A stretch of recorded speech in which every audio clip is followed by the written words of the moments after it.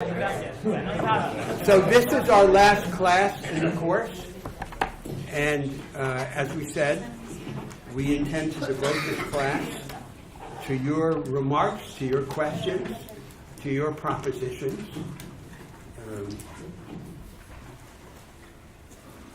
We have had a somewhat systematic orientation, but you know the remark of the German philosopher Friedrich Schlegel, that two things are fatal to the mind. One is to have a system and the other is not to have one. So we intend to leave some space for serendipity. And we've decided just to begin the class by asking each other a couple of questions leading into general discussion with you. So I'd like to start by asking Danny first this. The immediate prompt for our plan of the course was the discussion of populism and of the economic response to populism. And this is a subject that I know is of interest to you and that you've been studying. And I'd like to ask you, in the light of our discussions in the course and of your subsequent studies, how has your thinking about the economic response to populism evolved? Roberto, even though we did not coordinate, my question I was going about the question itself, what I was going to ask you is actually very, very similar. Because we started out at rather different points with respect to our take on populism. I started out fairly pessimistic and worried, primarily on political grounds, although I didn't see any upside on the economic side either. And you saw it as something that might possibly create an opening that we should not necessarily prejudge. I don't want to put words in my mouth, but it's something that we should not maybe prejudge in terms of where it was going. Now, I think my views on populism in the meantime has evolved in the following way. In some ways, it's sort of bifurcated in the sense that I have a much less negative view of the possibilities of what I would call a certain brand of economic populism, distinguishing the economic aspects of populism from the political. And just to be very clear about that distinction, where I make that distinction is political populism is essentially a claim to speak for the people to the extent that the executive is willing to override restrictions on the violation of civil liberties and minority rights and the rule of law and the independence of the judiciary, the independence of the media. So all the traditional restraints on the exercise of power in a liberal democracy. Whereas so Caesarism, as to use what the you've label called I evoked. what you've called Caesarism, yes. Except however, the difference I think with maybe with political populism is that it justifies itself through elections. So rather than appointed or so it takes its power from the people as expressed. Caesarism usually does. Yes, but this is from the actual elections. Yes. So I think that's that it's a very, in practice I think it's a different element, because you can Viktor Orban can always point out to the fact that he just won the election. So it's a powerful claim. Whereas sort of the economic version of that is that an agenda of undertaking economic reforms while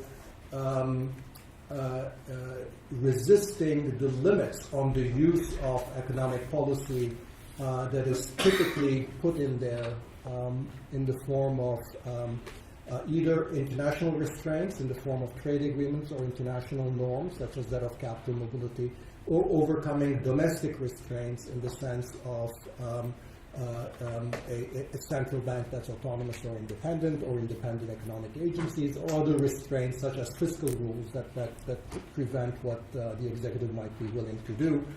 I should say that my endorsement of economic populism is not unqualified. I think there's a version of economic populism which Latin Americans here will know very well, sort of macroeconomic populism or Peronism, or Also called vulgar Keynesianism. Called in this seminar vulgar Keynesianism, which it sort of actually goes. I would say it goes beyond what you've called vulgar Keynesianism. Yes, You can imagine vulgar Keynesianism that tries to obey budget constraints, and Yes. whereas Peronism or traditional macroeconomic populism, whereas you go to Spend your way out of slump. Its most vivid recent impersonation, of course, is Venezuela with Chavez and Maduro, where you basically are spending with no respect for budget constraints whatsoever. So I think that's the kind of clearly undesirable form of economic populism. But there might be, in certain circumstances, a desirable form of economic populism that essentially tries to rewrite the rules of the game in many ways, sort of with a parallel to many of the dimensions of economic change and restructuring and connecting the vanguard economy with the rear guard that we've talked about here. I think a historical example of this would be the reconstruction of market capitalism under the New Deal in the 1930s under FDR, and there's a good historical discussion that whether in fact had FDR not been constrained, let's say, by Congress, might his populism gone beyond his economic populism also to kind of political populism too, in terms of his attacks on the courts and so forth. But that's so theoretically, I think sort of one dimension of sort of the evolution of my thinking is that I've become much more sympathetic to a kind of again, you may call it economic populism, you may call it something else, but it's, in fact, it's a lot of the things that we've been talking about here. Maybe labels aren't that important. That, in principle, is in some sense what I think is required right now in order to provide an appropriate response to the nativists and the xenophobes and the right-wing populist movements. Now, the other side of the fork, or the reason I say my views are bifurcated, even though I'm now much more respectful of a kind of a path of economic populism, I think the path on which we just finished that thought, we can come back to that, because I'm going to forget it if I don't. Yes. The other side is that I think what Trump, and to some extent, let me stick with Trump. What the Trump administration has done since taking office, I think, has made a kind of respectable populism or an appropriate populism that much more so distant. In other words, he has harmed things. It's not just because his specific policies don't address either the concerns of the middle classes and the large masses of people in the United States that have not been part of economic progress, nor the needs of an international economic order or the kind of globalization we've talked about. It's not just that his remedies and what he has done so far do not address those problems. It's just that by undertaking a series of policies that are so ill-guided and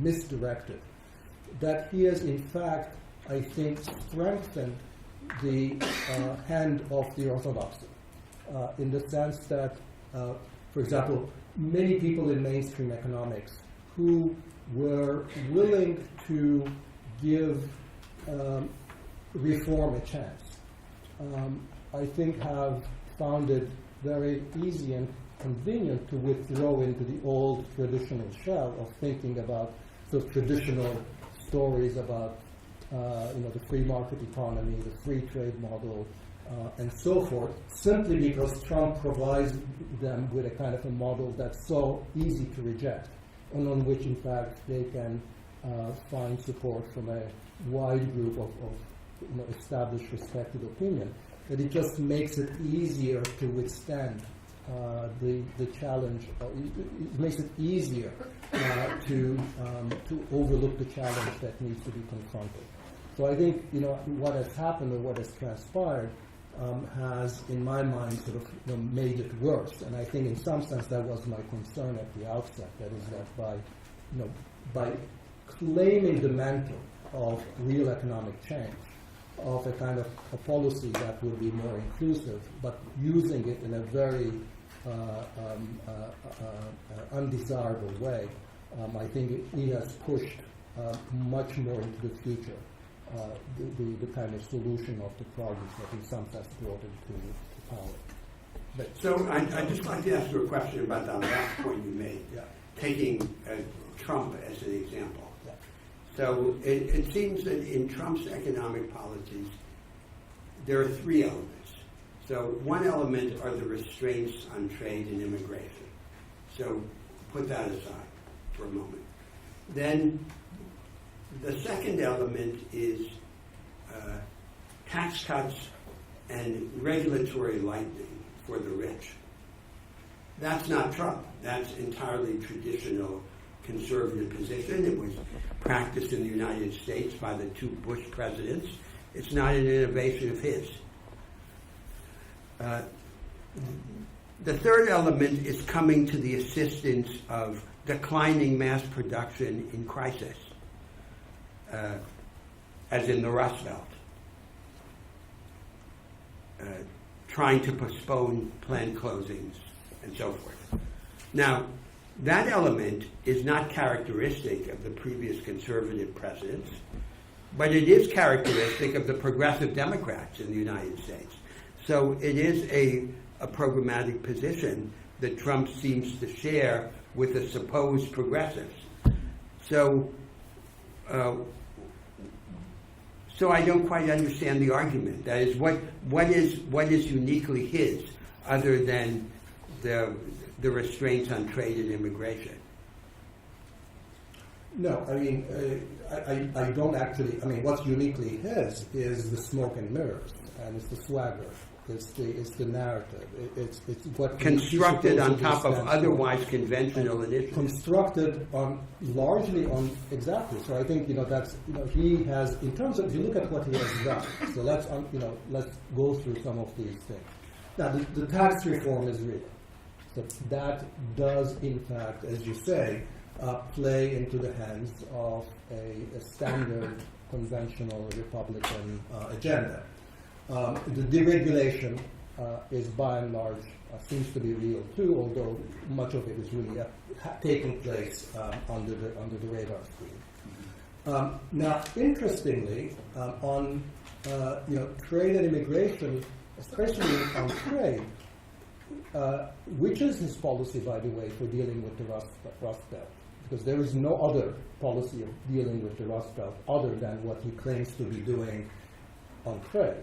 So the 25% tariff on steel is his policy for dealing with the Rust Belt. But when you look at it closer, in fact, you find that there is no policy there. First of all, the policy itself was enacted with no consideration or no evaluation of whether, in fact, on balance, it would help rather than hurt. I mean, clearly, we know with any, this is, by the way, where a little bit of economics, helps, that you could actually evaluate how many people might be helped, how many people might be hurt, because there are obviously user industries. There are industries downstream that, and of course now the New York Times, unsurprisingly, has been running a whole stream of articles about how many industries, how many people are being hurt by his tariff. And you can certainly find them because the users of imported steel, they now have to pay the 25% tariff. However, what's striking about actually what he has done on tariff is that there's actually very, very little of it, because even though it's supposed to be 25% tariff, It was subsequently removed, or countries, the European Union has been exempted. Brazil, Argentina, South Korea, Canada, Mexico have been exempted. So essentially all the large exporters of steel have been exempted. Aluminum is a much smaller thing. It's just a 10% tariff. It's not as large an item. And if you look at that, essentially in terms of what he has done, we're really talking about a few tariffs on solar cells and washing machines on a few exporters of steel. I think his interest largely is in the smoke and mirrors, in making it look like he's doing something that is aggressive, he's taking a stand. But I think you're right. By and large, what gets to be done is what the Republicans in Congress or the financial backers are going to let him do, which is not that different from the traditional agenda. But that feeds exactly to the kind of problem that I'm talking about, because the establishment is all up in arms now about a trade war, right? And what do you do when there is all this talk about trade war? You stand up for free trade. So all the nuances, all the realistic, pragmatic kind of reforms of the type that we've been talking about in terms, they all go by the wayside. Right. So if I can just specify, so in a sense, if I understand you correctly, the problem is that the proposed restraints on trade and on immigration are not in the service of some productivist project. It's as if they were a proxy for the missing productivist project. Exactly, that to talk of it. Yes. So it's even worse. So it's not that the actual practice, because there is, that talk, the aggressive posturing on trade policies effectively is policy for dealing with the production problems. Whereas a true productivist agenda, I think we would both agree, a true productivist agenda would be led by policies that are directly targeting at home, that are directly produced that are targeted problems at home, with trade policy, the international economic policy, adjusting as need be, and not completely sort of with the reversal of just sort of nationalistic flag waving on trade as the policy. But let me turn to say, because my question I was going to ask you was very, very similar, largely, given what we have seen, are you still optimistic? Or not, maybe optimism is not it. Do you still see a path that will lead us towards the kind of agenda that we've been talking about? So I'm never optimistic, but I'm always hopeful. So the fundamental distinction between optimism and hope. Optimism is an ironic and contemplative posture. You know that in the Divine Comedy, the punishment that Dante Alighieri administers to those who foresee the future is that they have a rope tied around their neck, forcing their neck backward, because their image of the future is a reflection of their view of the past. So hope is not a prediction. Hope is the discovery of transformative opportunity through practical and intellectual action. It's an existential attitude, and I am hopeful because I think there's this momentous transformation in the practices of production, and we now, which we have discussed, it's been one of the major themes in the course, the rise of the knowledge economy, that is confined, it's insular, and it would have to be disseminated and radicalized, and that would require a transformation of the market economy, and it's obviously not easy. It's not the path of least resistance. The path of least resistance is the way of assimilating the innovation that is least disturbing to the established interest and preconception.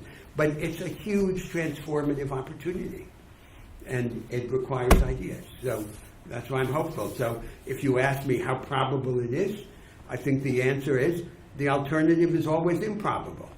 But that's what the progressives have going for them in history, that they have on their side the untapped potential of the transformations available to humanity.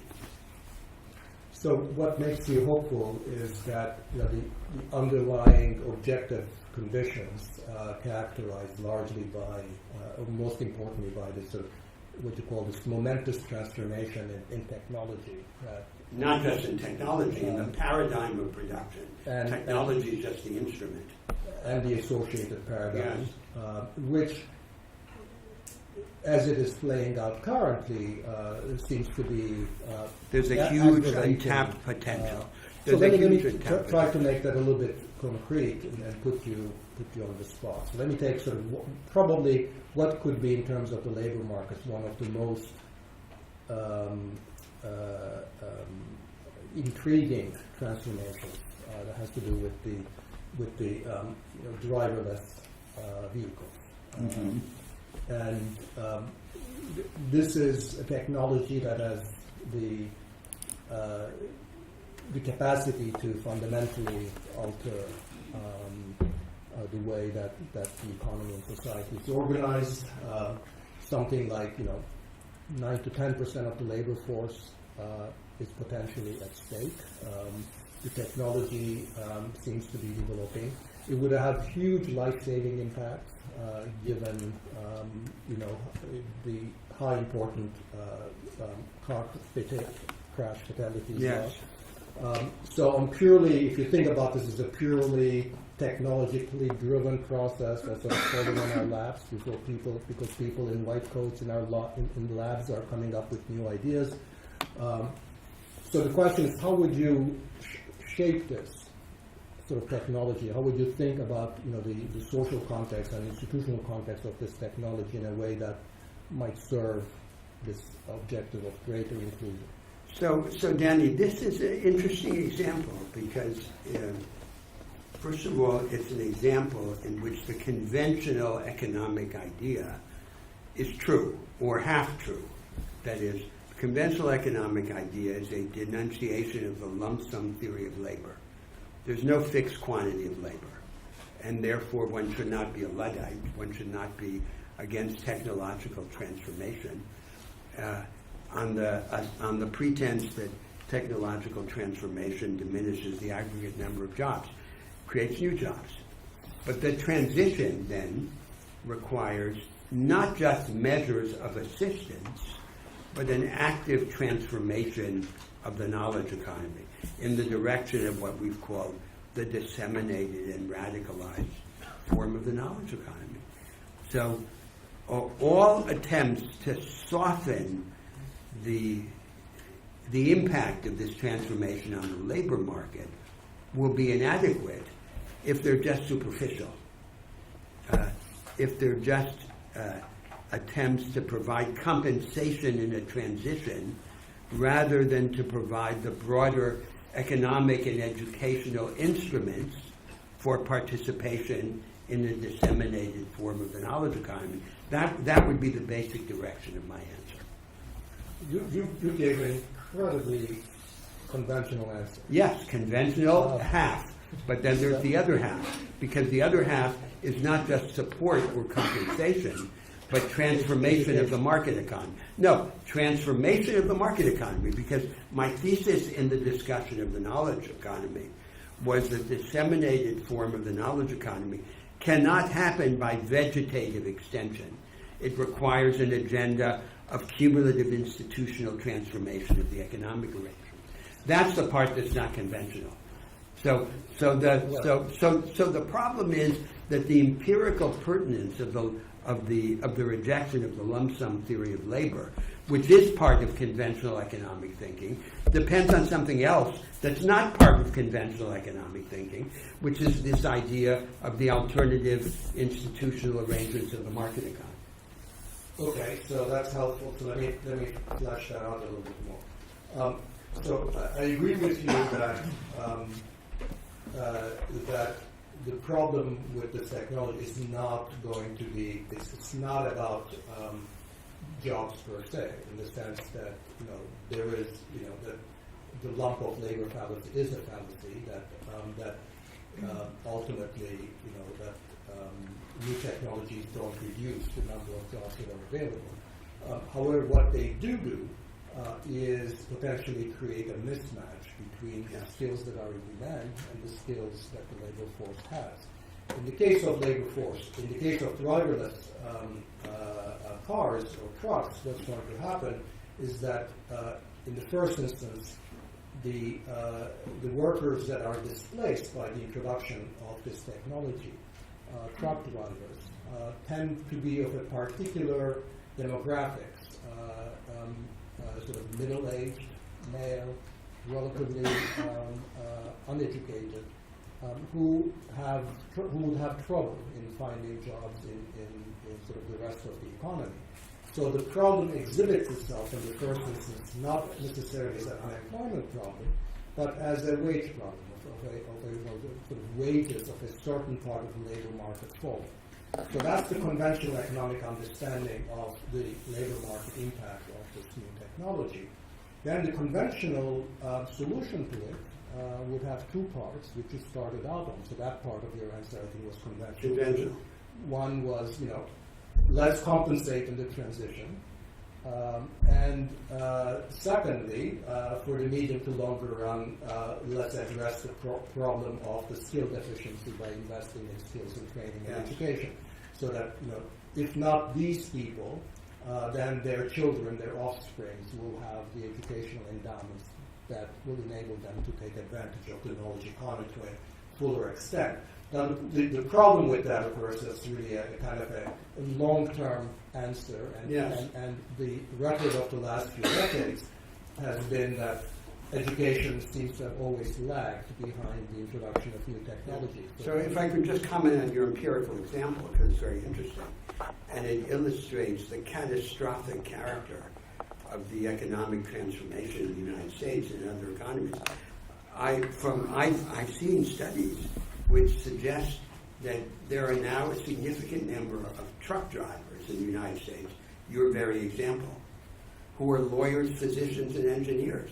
So it's not that they're undereducated, it's that they're overeducated, and that the middle part of the job structure in the United States is being hollowed out by this crisis of Fordist mass production. But I'm partly interested in sort of the unconventional part of your answer, which I'd like to ask you if you can sketch out a little bit more how market institutions imagine transformed. So I think it's right that so you highlight a problem, which is a recalcitrant problem, that there's this structural transformation takes place in historical time. It may not be a solution for the immediate victims of the transformation, but so it's what we discussed, that there's an agenda of institutional change and there's an agenda of educational change. And the question of the extent to which the institutional and educational changes will benefit only the next generation is an empirical question. Because if we imagine some form of education provided to the adults and a series of intermediate steps, they may benefit some of these, but to be sure, there will be a problem of transition. So the conventional economic response of providing compensation will be correct but inadequate. And the whole focus should be then on the structural change, which, you remember in my argument, begins with a broadening of access and then goes on to the genesis of an alternative institutional architecture, beginning in public law and then ultimately ending in private law.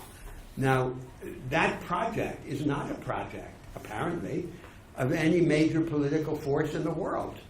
And that's the alarming aspect, that we have this transformation and that the programmatic ideas that would allow us to tap the potential of this transformation are not manifest.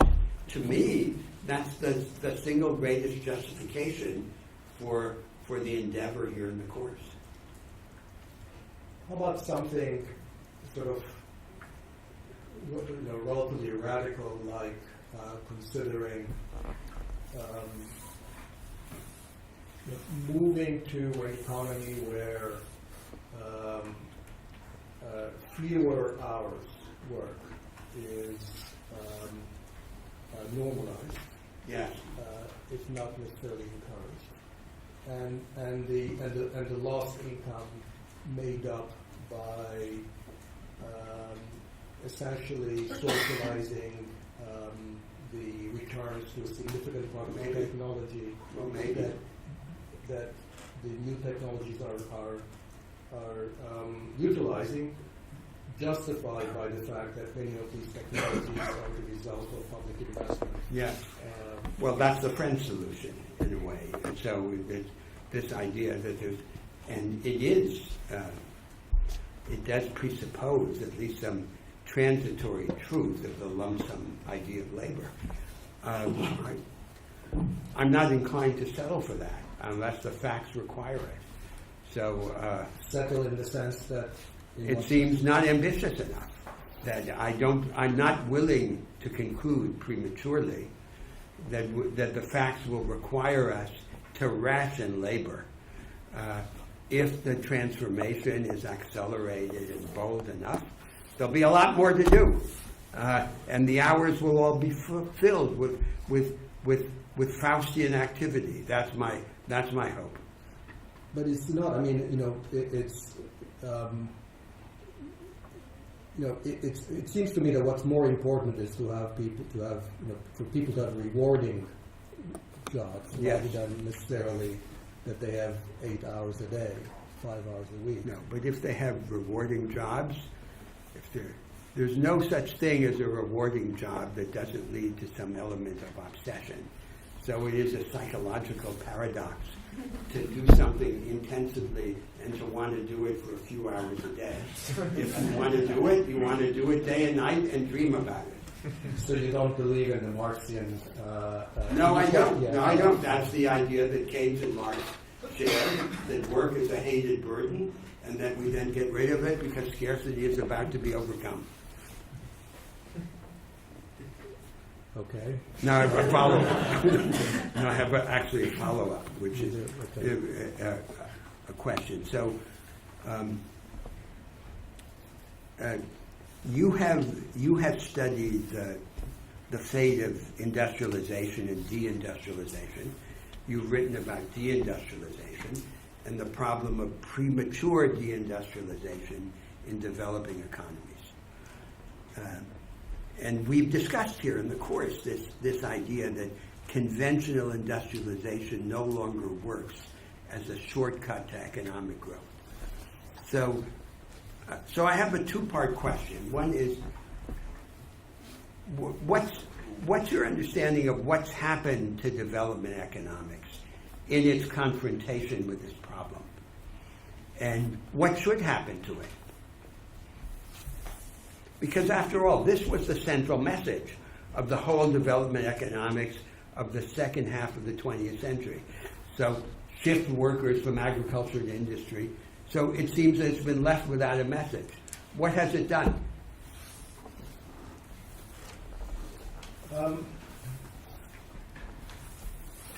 It's a good question. I don't have a very good or satisfying answer. I think this fact of premature deindustrialization and what it implies for growth has not been fully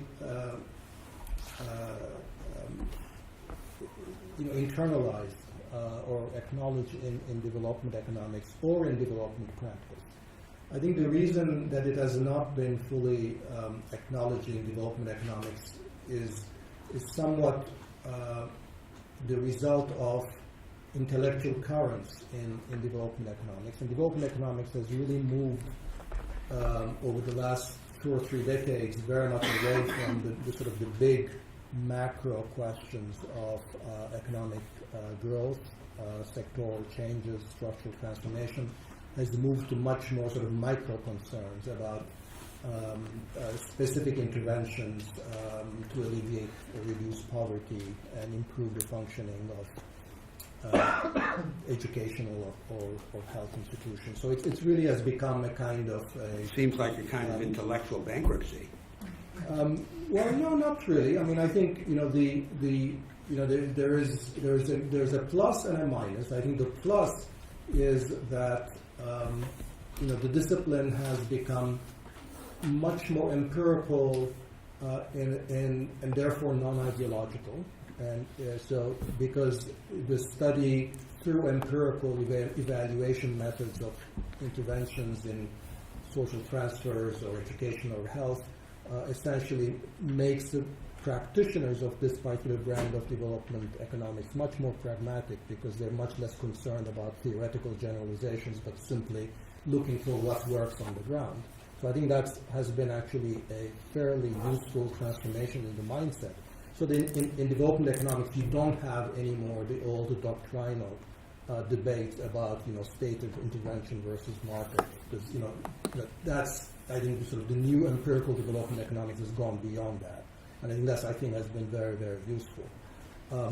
And it has gone for questions that it can actually answer with empirical analysis, unlike the old grand debates between the free marketeers or the impulse substitution proponents that you could keep on debating until you turn blue in the face, but still would not have an answer.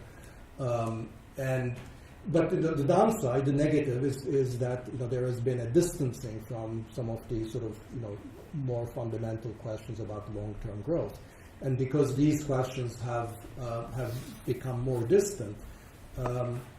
So I think it's about to come, but I think there has not been much work on this. Whereas which is the question about deindustrialization and the implication for growth. Development practitioners, I think, are much more attuned to this problem. I mean, the IMF just now has come up with a whole bunch of sort of new studies precisely on this, on trying to figure out to what extent this is a real problem for growth or it's not. So I think there's, it's becoming, I think, much more a much more core issue. But the difficulty is that really, we're stumped. I mean, this is not a question on which there is an easy answer. We can't draw lessons from the past or from successful countries, because it's as we've been talking about here, it's a new problem, and it's a problem that really connects. This is the part that I don't think intellectually any of the profession, not economics nor political science, really has faced up to, which is the point that we've been emphasizing all along. This very interesting convergence in the challenge of economic policy that now both advanced countries and developing countries are facing. So that these is essentially the same problem. The same problem. Where the scale, quantitatively might be different. That the vanguard might be much smaller in the middle income, and certainly much smaller in the low income countries. But it is the same problem in the advanced countries as it is in the developing countries. That qualitatively it is the same issue.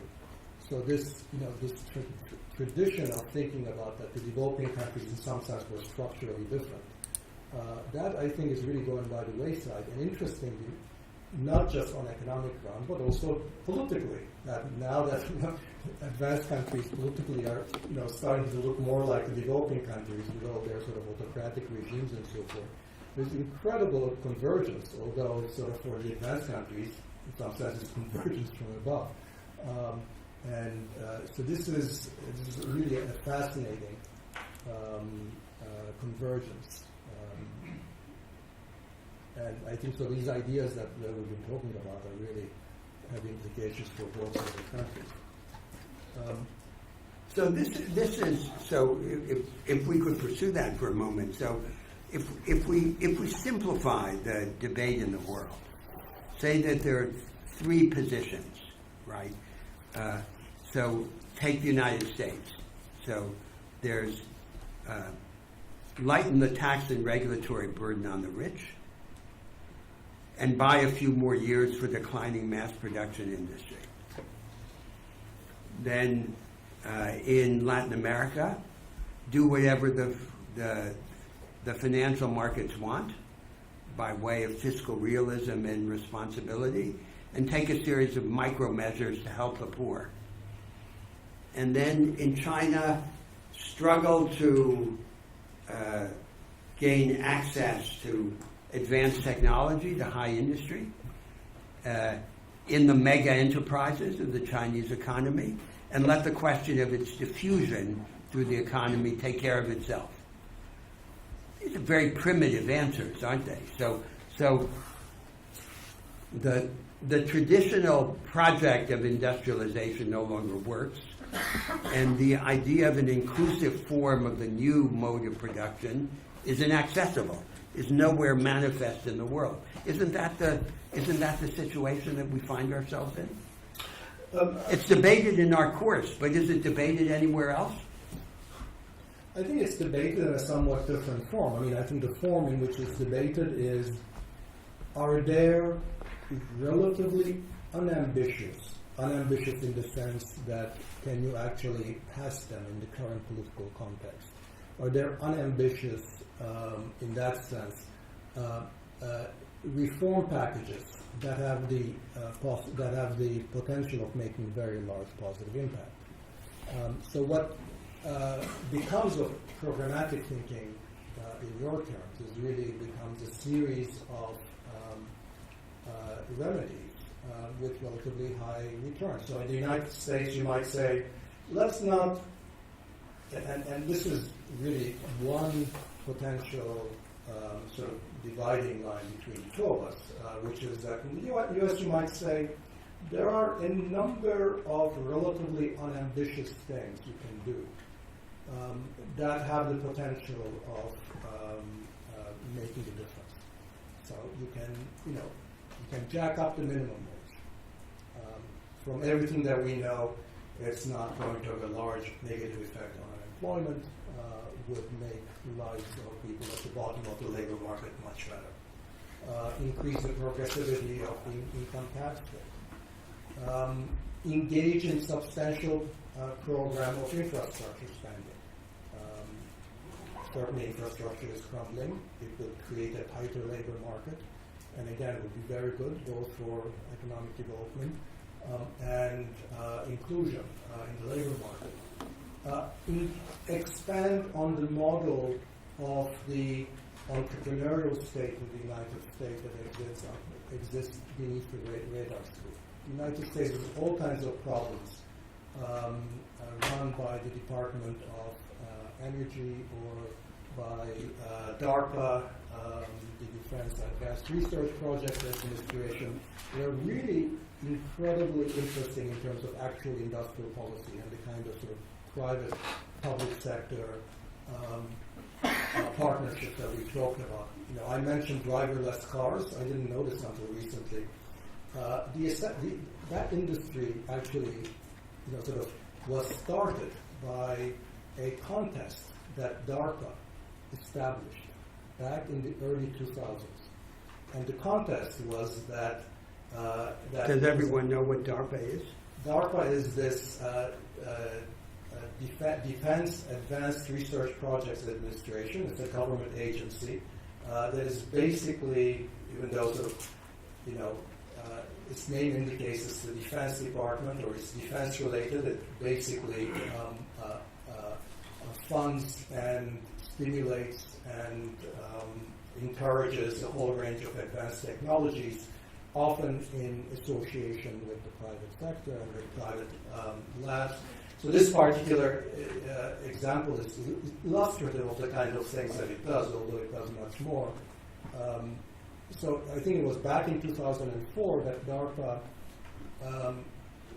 launched a contest, a prize, a $1 million prize for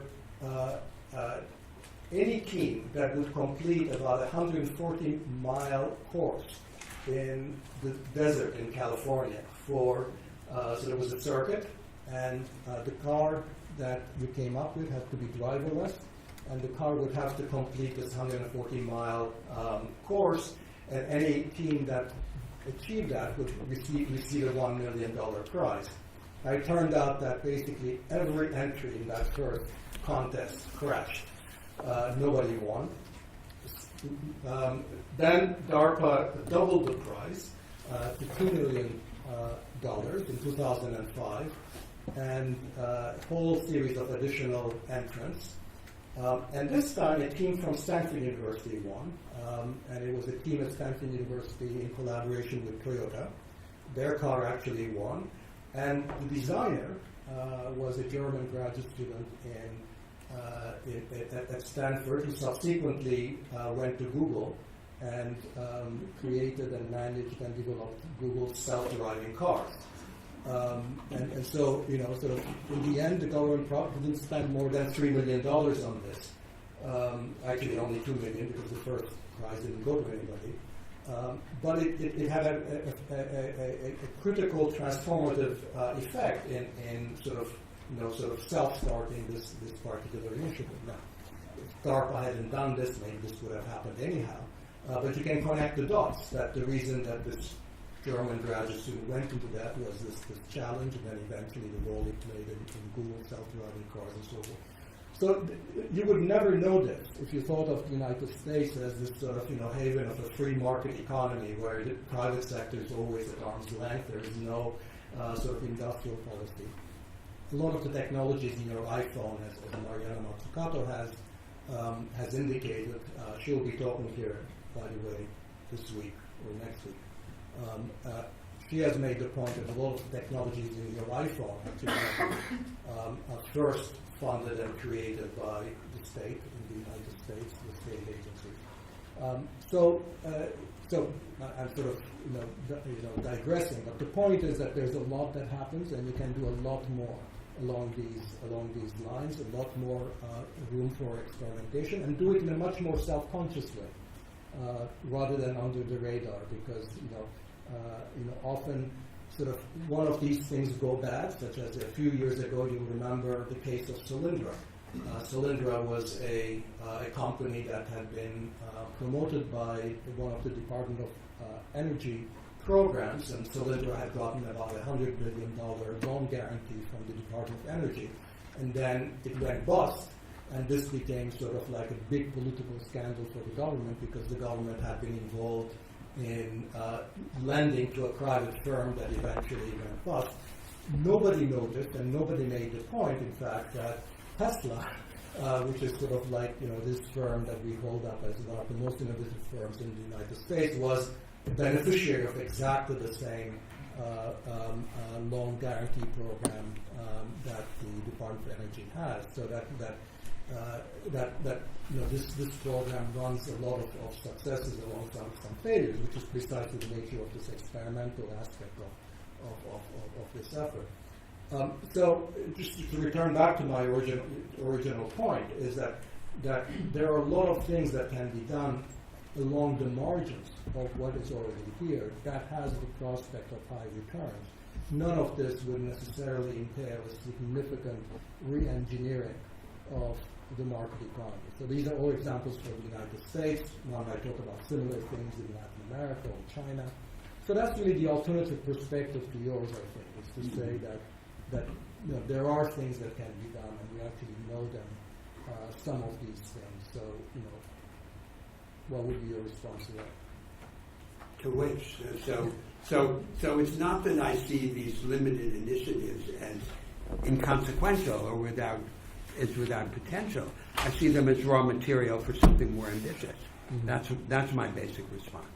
Okay. And that without these institutional and educational changes that we've discussed, the tendency remains that they will be concentrated, they will be quarantined in fringes of the economy that will continue to exclude the vast majority of workers and firms.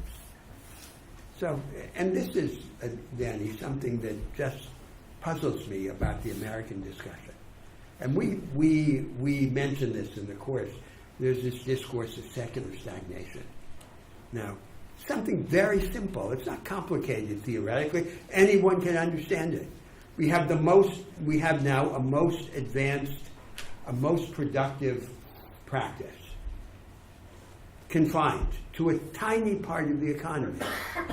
Now, how can that not be the most plausible explanation of economic stagnation as well as inequality? So one could debate that it's very hard to disseminate it, that we will have a debate about the requirements of its dissemination or of its radicalization. But for the most part, that debate doesn't exist in the United States. That's what I don't understand. And it doesn't exist even among the progressives. So their whole debate is about these compensatory measures, and it's as if they've entirely abandoned the supply side of the economy to the conservatives. Explain that to me. I'm not sure what you mean by the debate doesn't exist. There's a huge debate on the nature, the scope, and ultimate productivity and equity implications of these new technologies.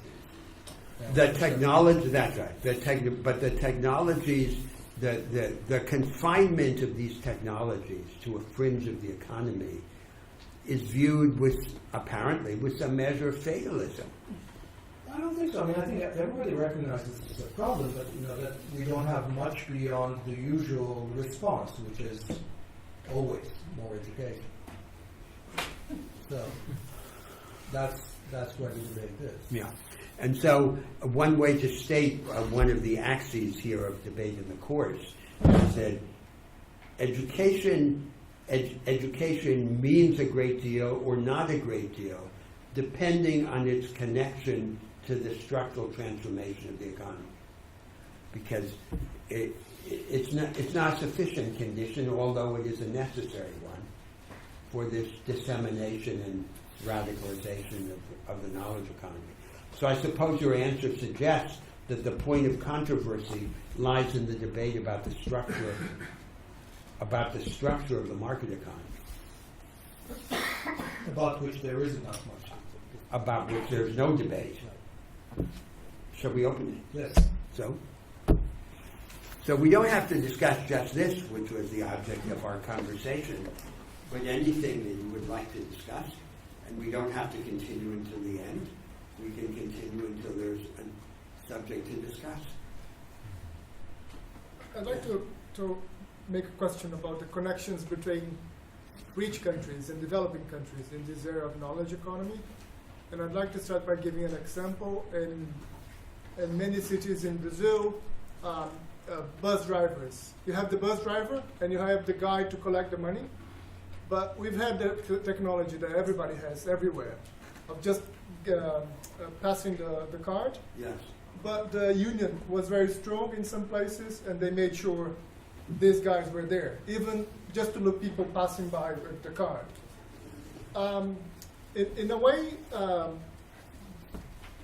the fact that in Europe or in Korea or in China people use the card doesn't affect the Brazilian economy much because we are more inefficient, but that's it.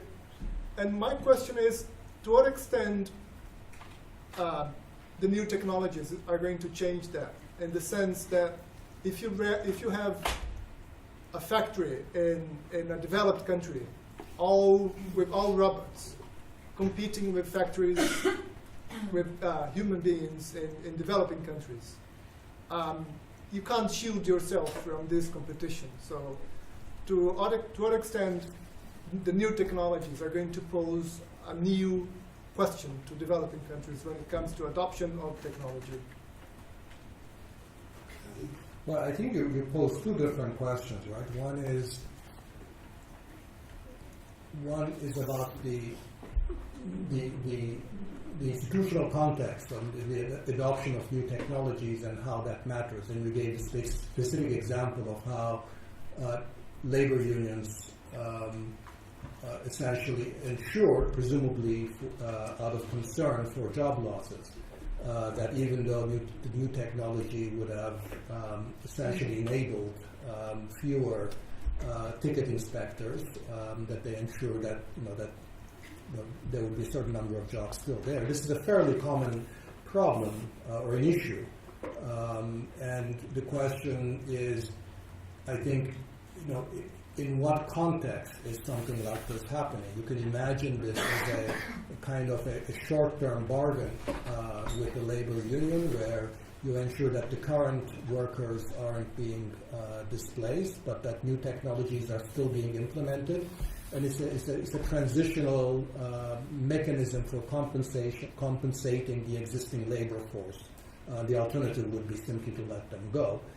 But if this is just a transitional mechanism of compensation, it can be superior to the alternatives, which is on the one hand, the labor union vetoes new technology, so you don't get the new technology. On the other hand, the new technology comes in, you don't listen to workers, and then a whole bunch of workers remain unemployed. So I think ultimately the question always with sort of the concern of labor representatives or labor unions with respect to the labor market implications of new technologies is, I think, is in general best addressed in environments where there is a significant amount of social trust between these social partners. That is, that in environments where the union and management, or the unions and the state, are at loggerheads, don't see themselves each other as mortal enemies, they can in general work out bargains that would be conducive both to technology adoption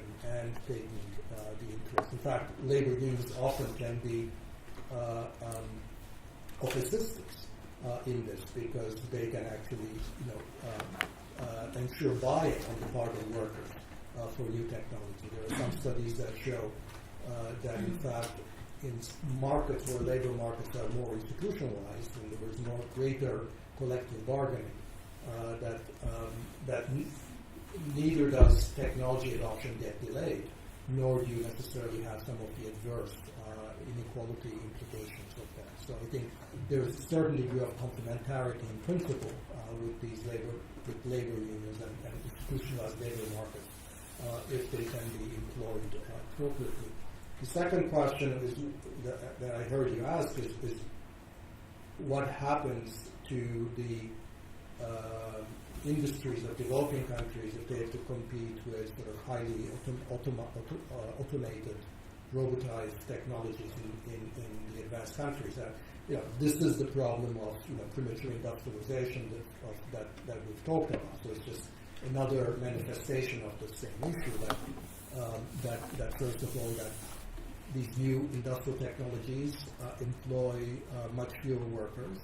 They have robots instead of workers. And secondly, that developing countries are much more quickly losing their comparative advantage in labor-intensive manufacturing because they're not this manufacturing is not labor-intensive after all. So that is the problem that we've been trying to confront throughout this course.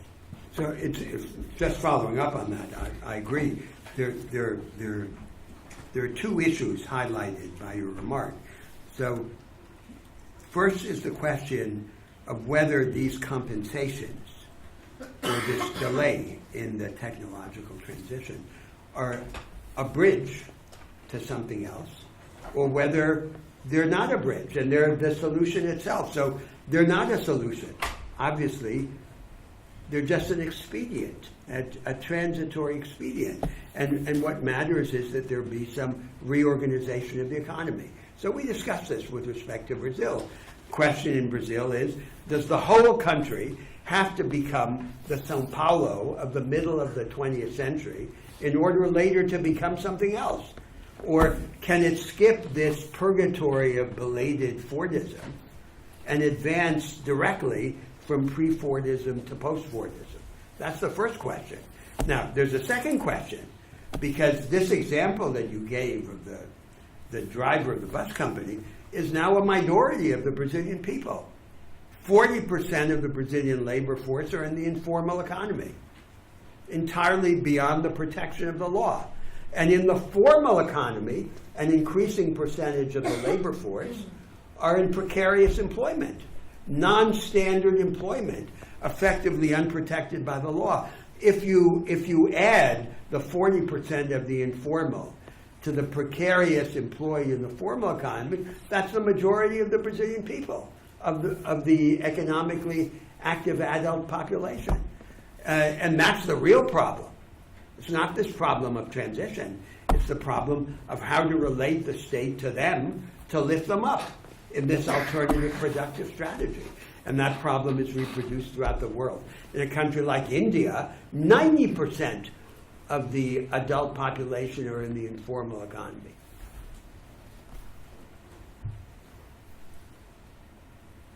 Yes.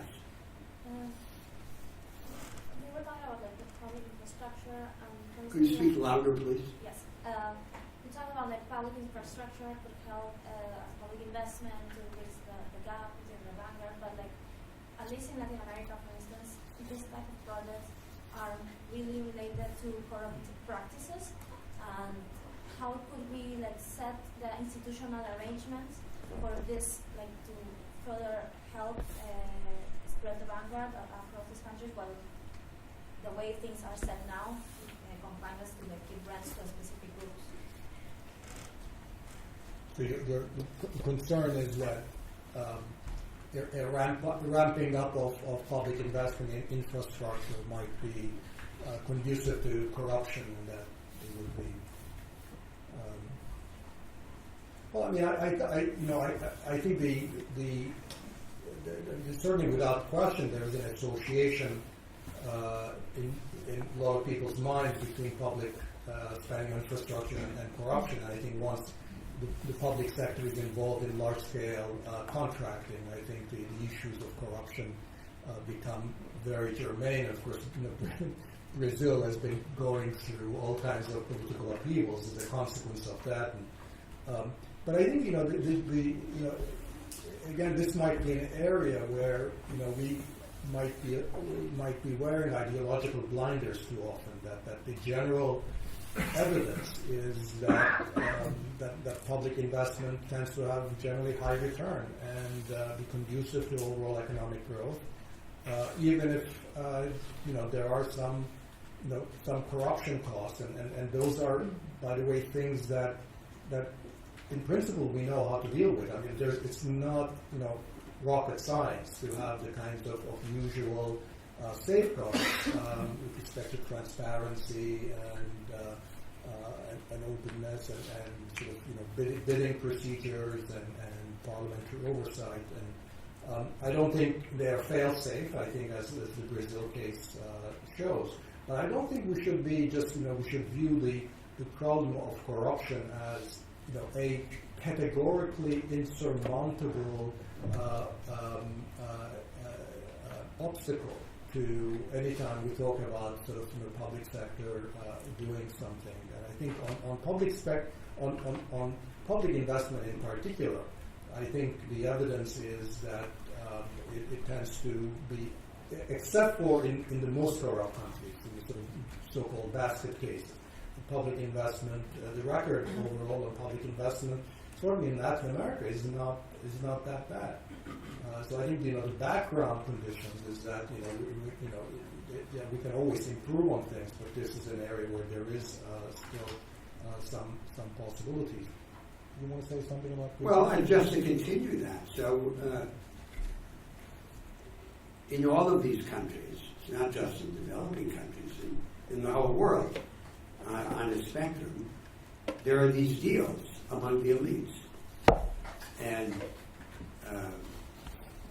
the manifest forms of political corruption are just a species of these deals. So what's the solution? The solution is not the omission of the state. The solution is the radicalization of democracy, more conflict, more engagement, more transparency. Turn on the lights. That's the solution. And that solution is absolutely decisive to make possible the amplification of the economic alternatives. Because otherwise, what does it mean? That we'll give power to a technocracy? The technocracy will follow orders from the academic, economic, and political authorities of the rich North Atlantic countries? That's disaster. So we've seen where that leads. So there are two different directions.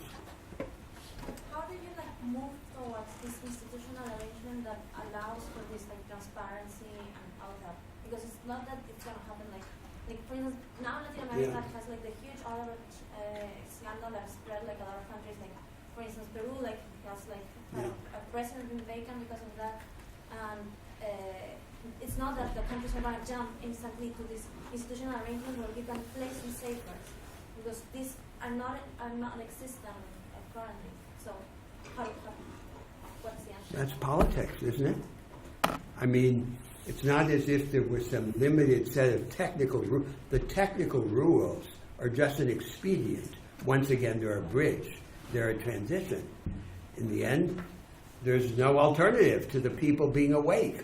And there being some struggle in the country, right? Because otherwise, you just have a choice among technocratic elites. So instead of the technocrats of the Ministry of Finance, you'll have the judges and the public attorneys.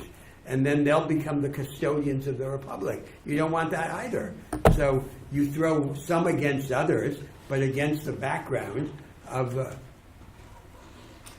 the awakening of society and politics. There's no other alternative. And that has to be combined with ideas. Right? So there has to be ideas. All of these countries are bent under the yoke of mental colonialism. They're importing ideas from places like Harvard University. And then there's this combination, right, of the limitation of politics with the mental colonialism. That's the poison. And the solution is to overthrow it.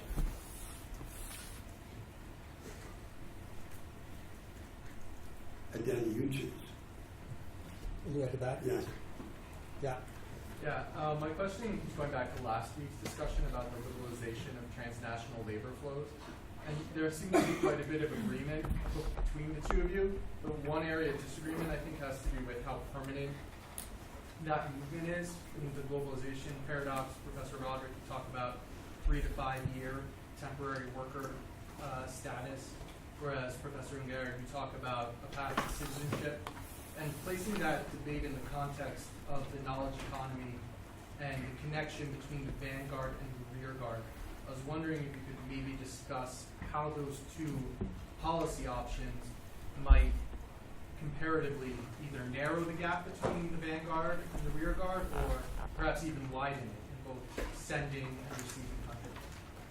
Well, I'm not sure that we disagree about this matter of labor mobility, because I think we both disagree about, we both agree about the general direction, more mobility, and we also both agree, I think, that it's only feasible if it happens in a very graduated form with safeguards and compensations.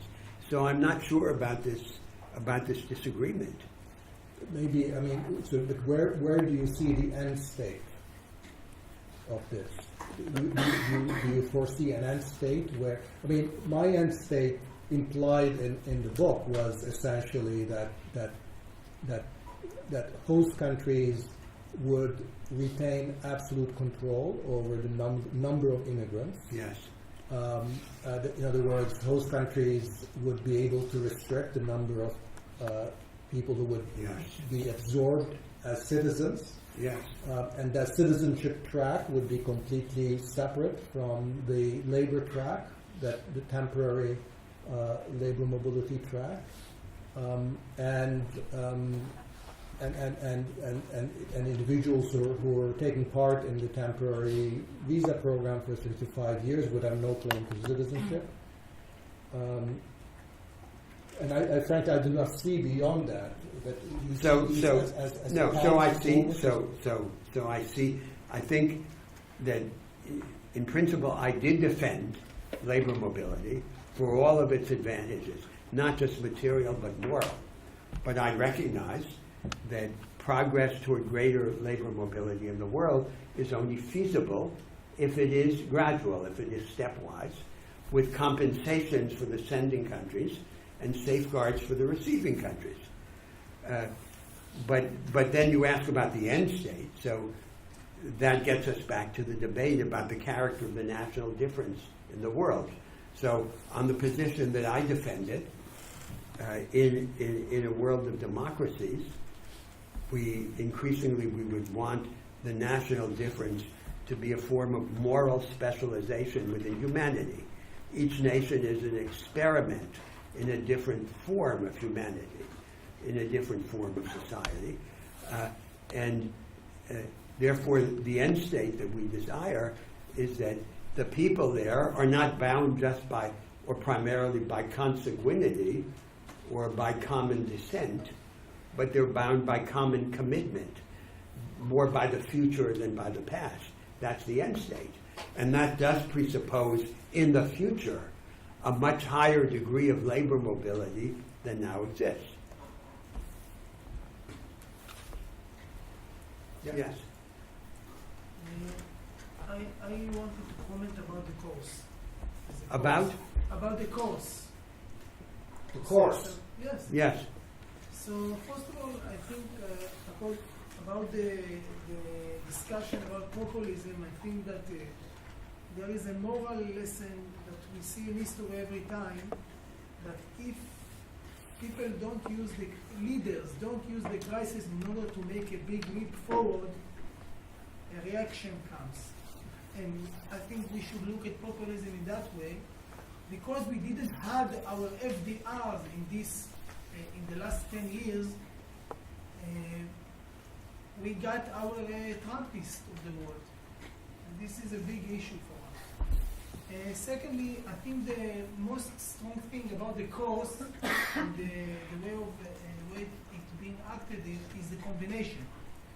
Because economics was a branch of the behavioral sciences, and it was detached from it.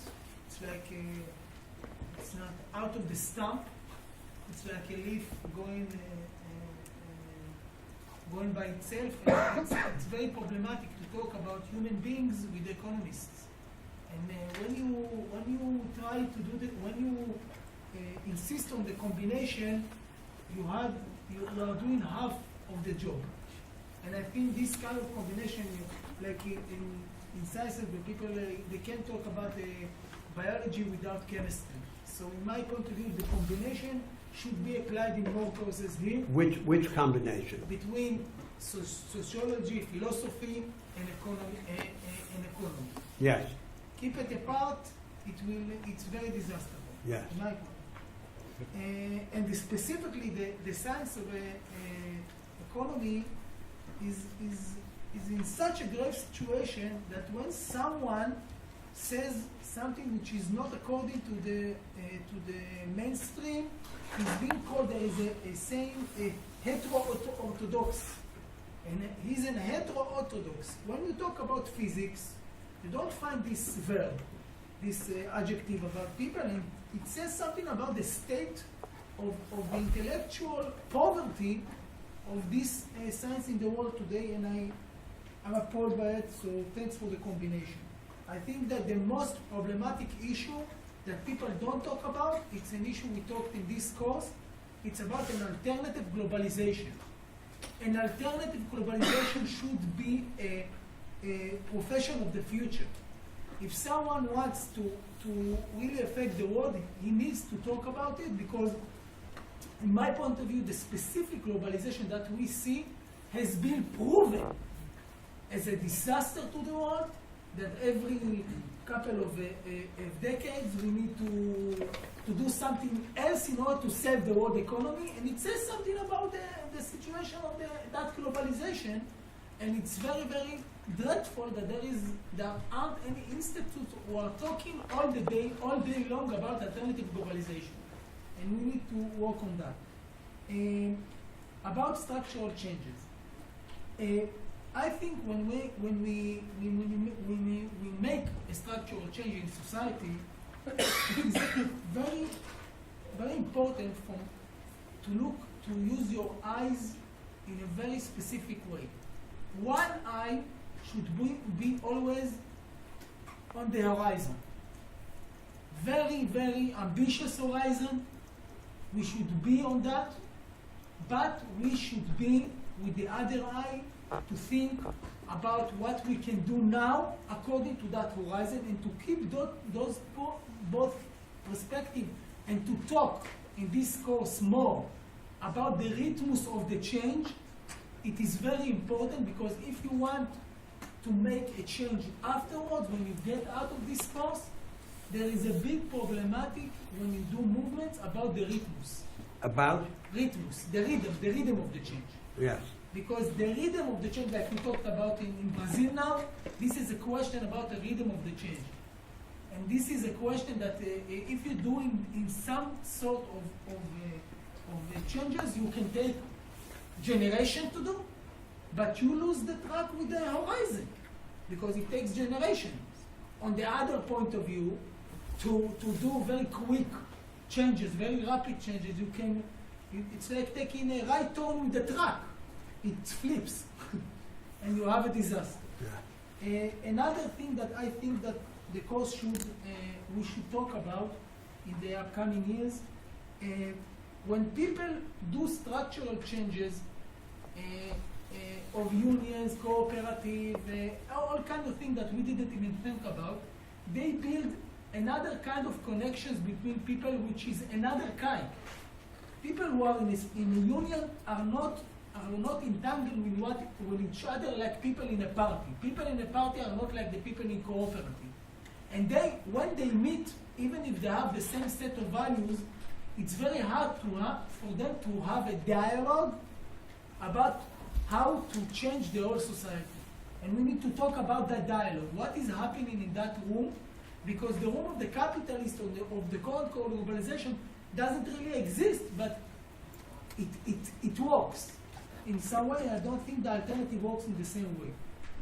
I think that the most important thing for a change is a bunch of people who see themselves, who see the calling of their life in making that change.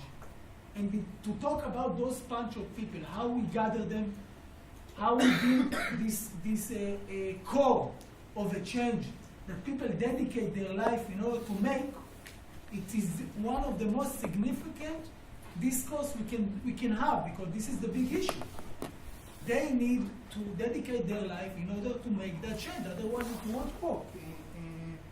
There is an issue that you both of you talked about in another way, about the difference between wage labor and the free activity of humans.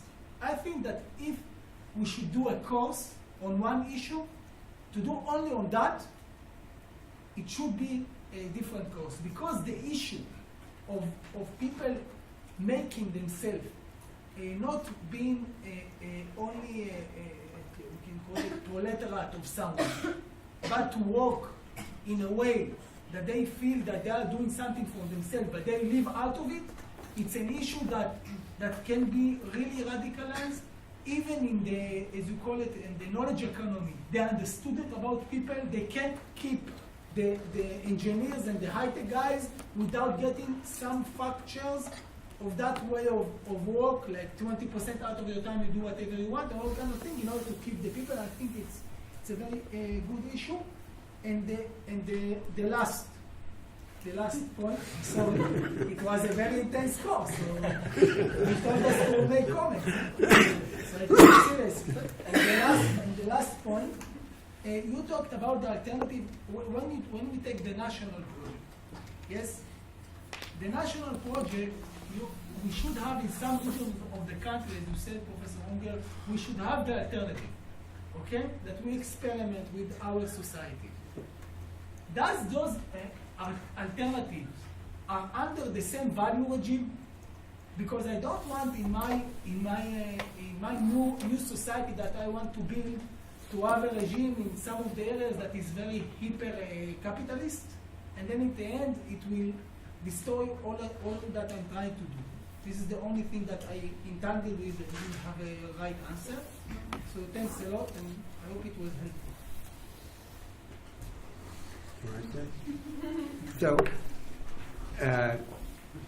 So you know, this is a university, so things are divided up. And you asked about a lot of things. Everything is connected to everything else. And we focused on a slice, which is this economic slice. It's an important slice, because remember that the thinker who has had the greatest influence on the progressives on the left, Karl Marx, chose to develop his ideas through a critique of English political economy. So it's a reasonable choice to begin with this intellectual focus, despite its limitations. I'll take the opportunity of your remarks just to say that from my standpoint, the main themes of the course have been the following 6. So first, the question of populism, with which we began.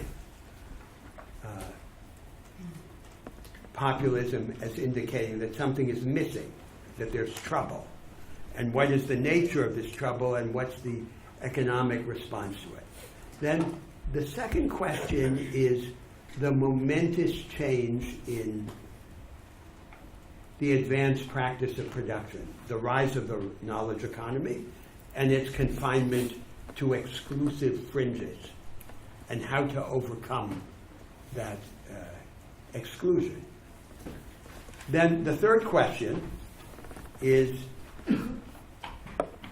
periodic breakdown in economic growth, especially as it relates to financial volatility, financial crisis, and the contamination of the real economy by the instability of finance, and how to reshape the relation of finance to the real economy. The fourth question is the generalization of the second and of the third, which is the idea that we're not restricted to having more market or less market, but we can have a different kind of market. So it's the idea of economic alternatives, alternative institutional content of the market economy. The fifth question is then the counterpart to that debate with respect to globalization. There isn't one globalization, there are alternative globalizations, as you just said. And what then is the kind of globalization that we want as the basis for these national alternatives that we discussed? And then there's the sixth question, which you also highlighted, but which in our course remain largely latent, which is what are the ideas that we need, and where do we get them from? And to what extent is the established economics an adequate source of these ideas? Now, there was a suggestion in your remarks just now that the problem is just in the isolation of economics from these other disciplines, like history and sociology. I don't think that that's the main problem. The problem lies in economics itself. And there's where Danny and I most disagreed in the course, though we didn't choose to develop that disagreement in our arguments here.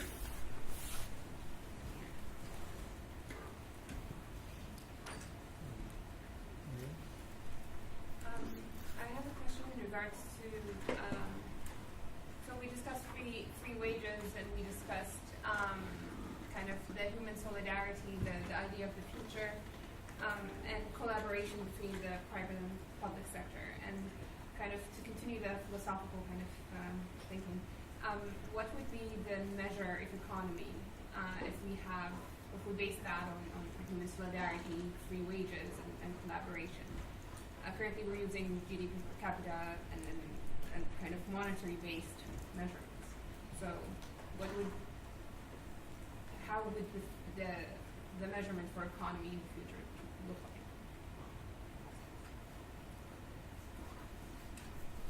It's an interesting question. I mean, there is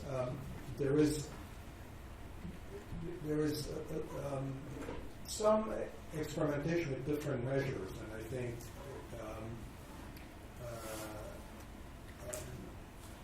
that as you probably know, Bhutan, for example, has been using this measure of happiness. Sort of probably not their measure of happiness, but something like this might, I think, a measure that seems to make a lot of sense and seems to be relatively well behaved in the sense of not being very unstable and reflective of underlying objective conditions, is a measure of life satisfaction. That when you ask individuals on a scale of 1 to 10, how satisfied are you with your life? And I think something like this, I think gets to what is it that we're trying to achieve. Is just have people lead sort of fulfilled lives. Obviously, people's sense of what gives them satisfaction is going to change over time, but that's exactly what we'd like. We don't want the measures such as sort of self-expressed measures of happiness, which tend to be extremely volatile. So that's, but measures of, by the way, measures of self-reported measures of life satisfaction tend to be correlated with GDP and changes in GDP, which you would want. You don't want, this to be completely uncorrelated from, people's ability to satisfy their material objectives, but you wanted, as you suggested, to go beyond that, have elements of human solidarity and broader satisfaction in the social, institutional, political context. So I think, something like this, I think, should, seems to be generally promising. I don't know if you have, if you were thinking of other measures out there that.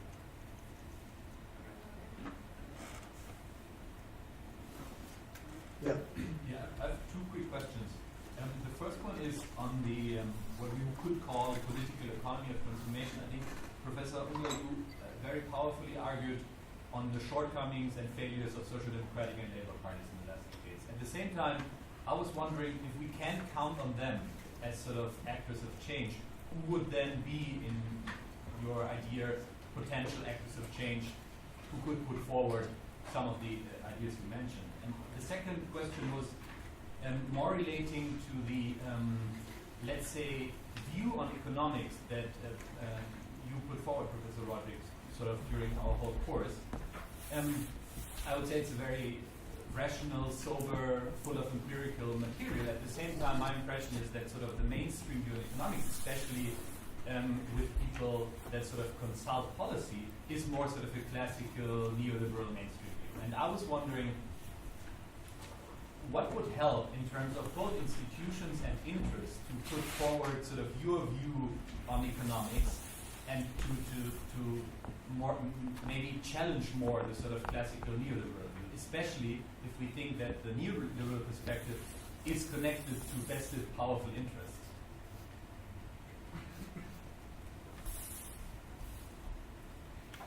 So just on the issue of social democracy, it's vital to distinguish social democracy as an idea, as a project, from social democrats as people.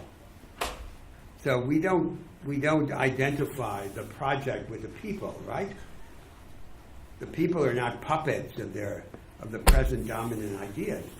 So I agree with you in these North Atlantic societies, who are the first interlocutors of the possible recipients of a more transformative message. It's these same people who are themselves discovering the limitations of institutionally conservative social democrats.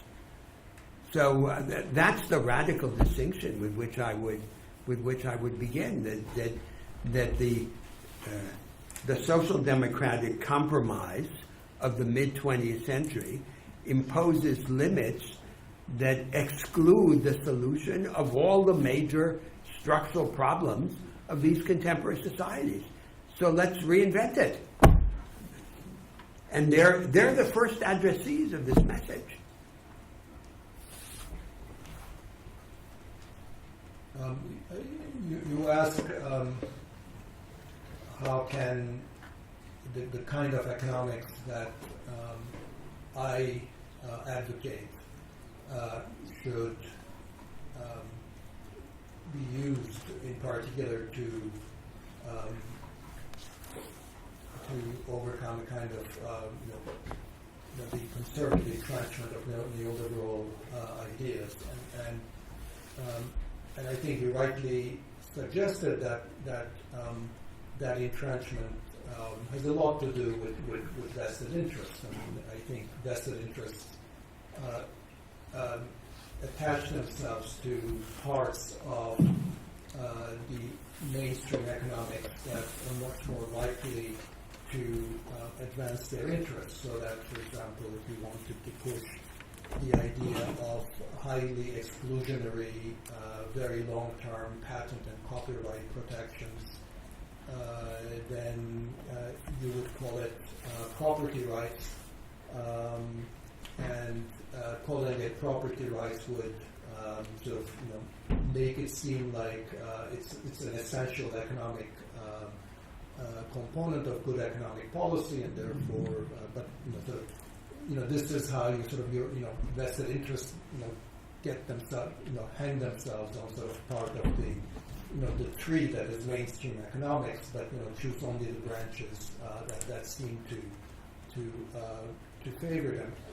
Unfortunately, I don't think economists and the economics profession as a whole has done a very good job of showing the full tree as opposed to those specific branches. And I think what has happened is that the public, in the public's eye, in the public's imagination, since what they see tends to be those specific branches which establish vested interests, have an interest in showing off, then they associate those specific branches with the tree as a whole. And I don't think where the neoclassical economics profession or the economics profession has failed is in saying, no, hold on, this is just a few branches. Here is the full, the tree in its full glory, and here is sort of the context and the conditions under which this particular argument is right at that point. So I think what has happened is that there has been this very unhealthy association between neoliberalism or market fundamentalism or a particular approach to market society that we have criticized here, and mainstream or neoclassical economics.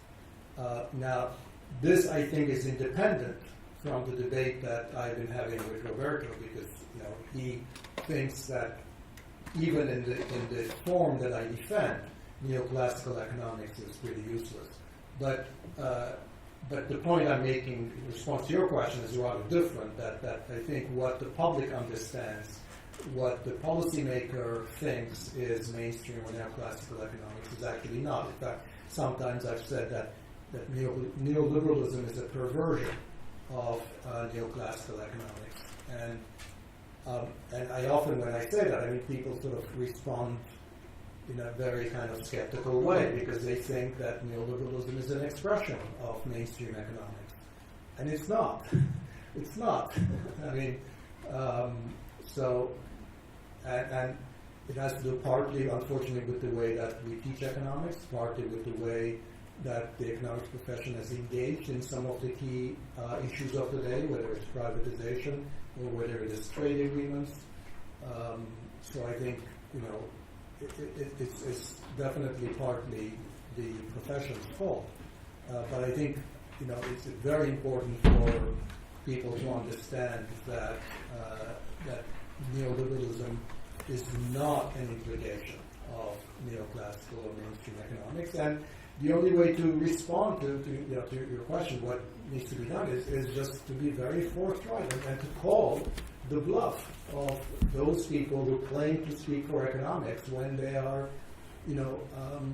making a specific argument or specific policy proposal, is to call their bluff and say, look, what you are proposing is an implication of mainstream economics only under conditions A, B, C, and D.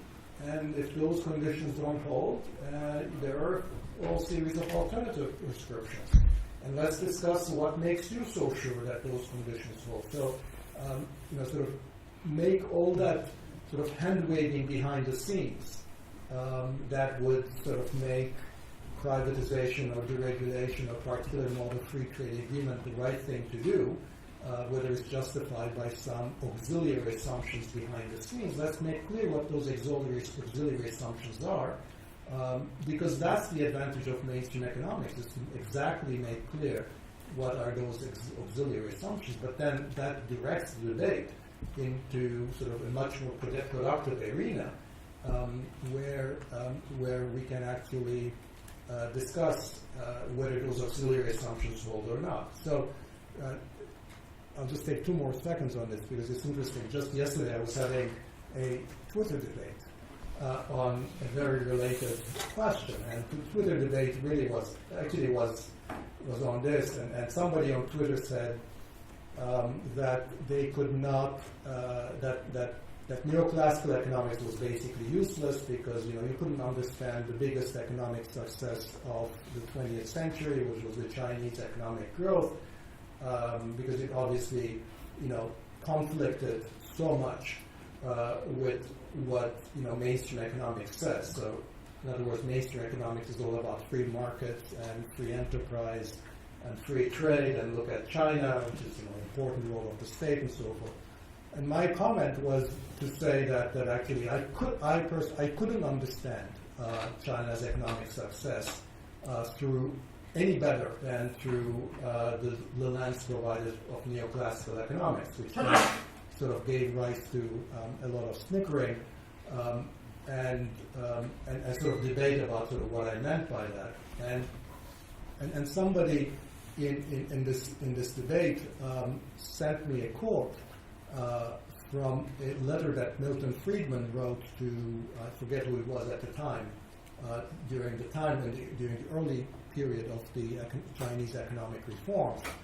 And basically, Milton Friedman was arguing against the kind of two-track gradual strategy that the Chinese had taken in the late 70s and 1980s, whereby you basically had a market track laid on top of a plant track, so basically two sets of prices, lower plant prices and a set of market prices. And Milton Friedman basically telling his Chinese counterpart, look, you have to reform this because there's no way that you can run this system without corruption and huge amount of incentive distortion.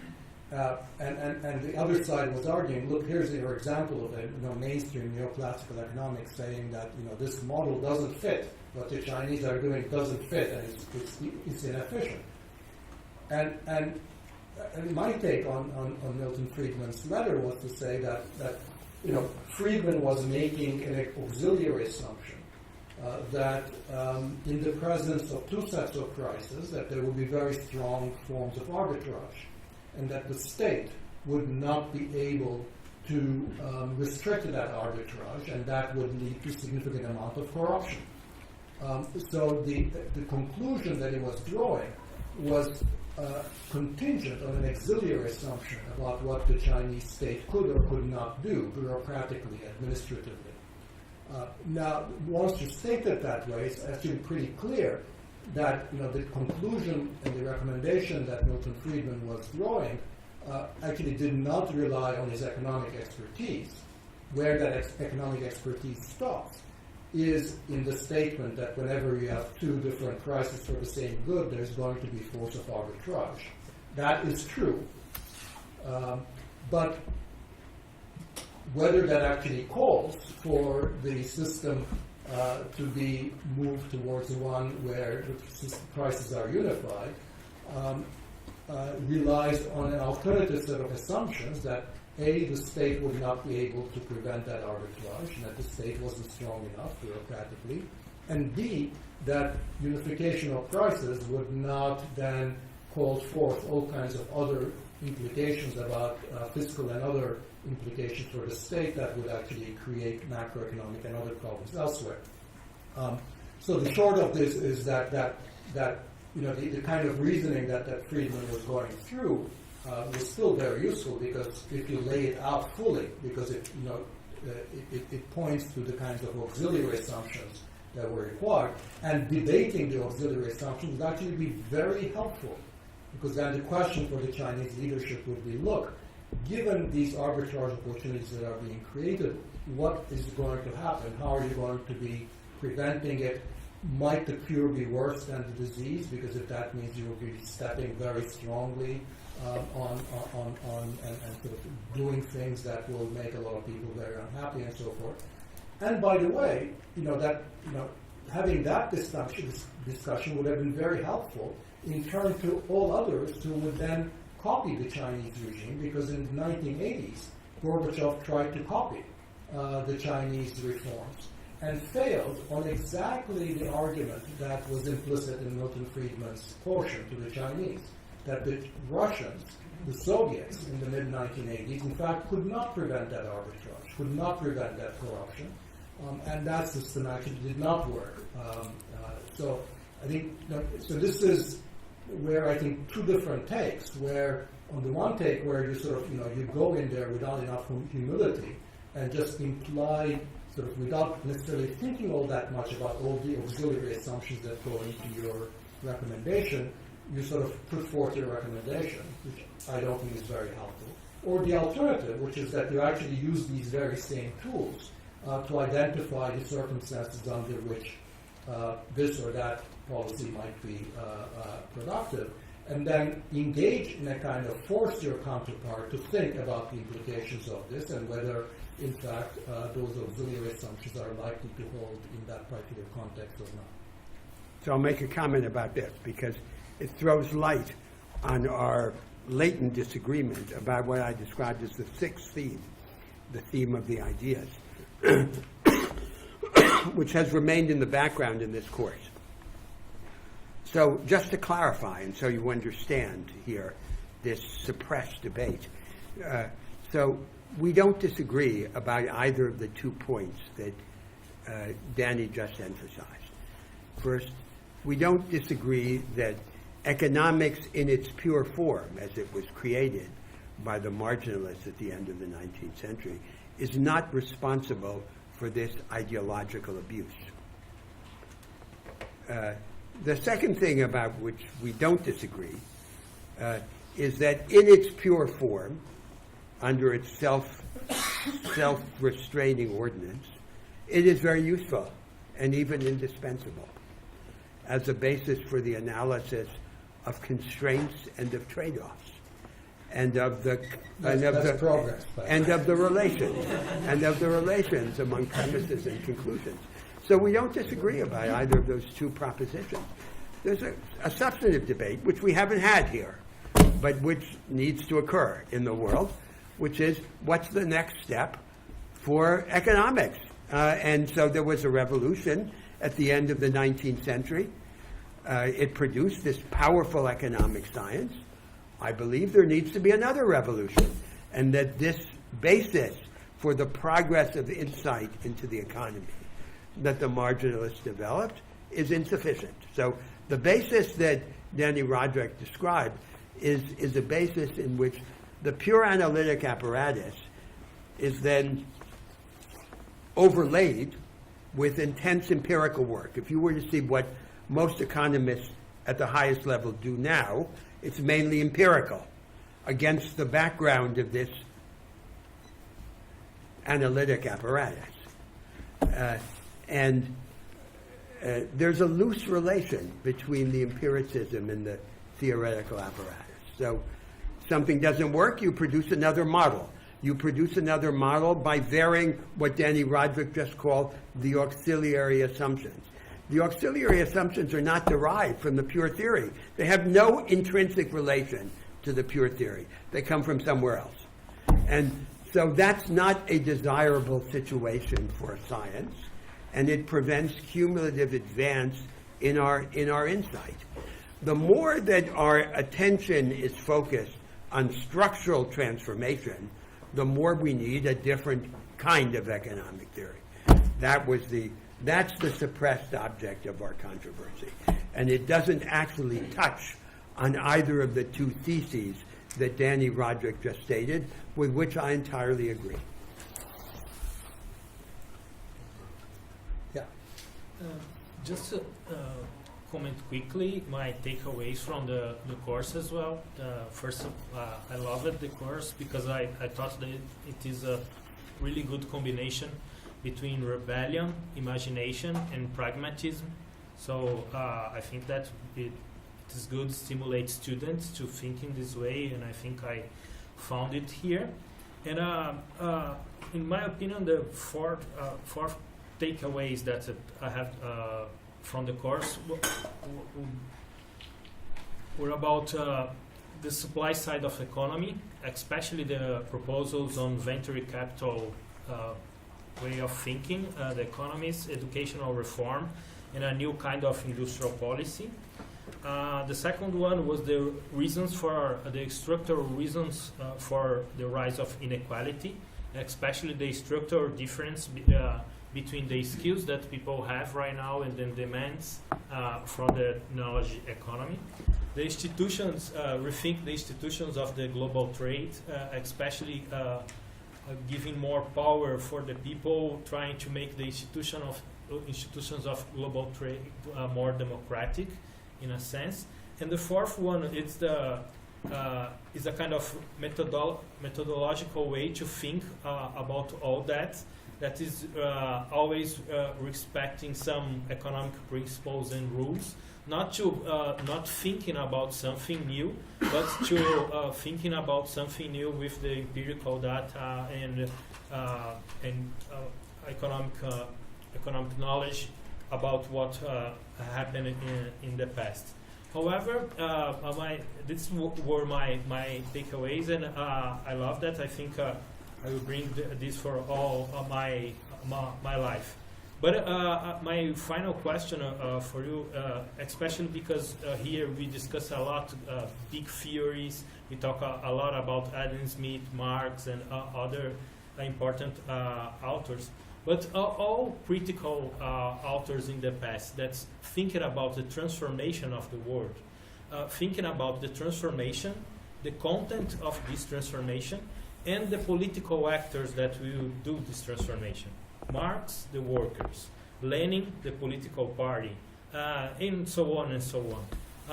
And my question for you both is, what is the political actor that will implement this kind of transformation? So this entirely transcends the scope of the course, right? So political actors are all of us. So we have material interests and moral interests. So the Marxist view of interest is that class interests or group interests in general have an objective content determined by the position of each class in the established mode of production, as Marx calls it, the structure. Now, to my mind, that view is the exact opposite of the truth. That the more intense the conflict and the broader the scope of the conflict, the less it is possible to distinguish the question, what are my interests, from the question, what are the alternatives? And who would I be? And what would my interests be under those alternatives in the adjacent possible? So the question of the alternatives then becomes crucial. This is what is at the heart of insight. Insight, understanding of the world, is always about the relation between the phenomenon and what it can become.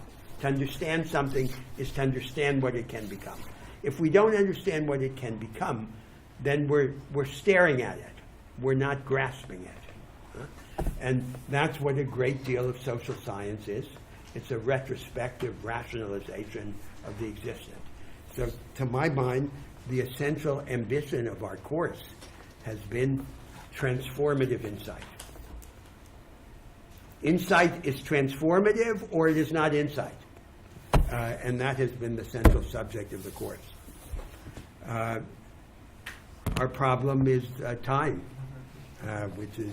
But I do want to say, before we leave, yes, how much I'm grateful to you and how much I've enjoyed this.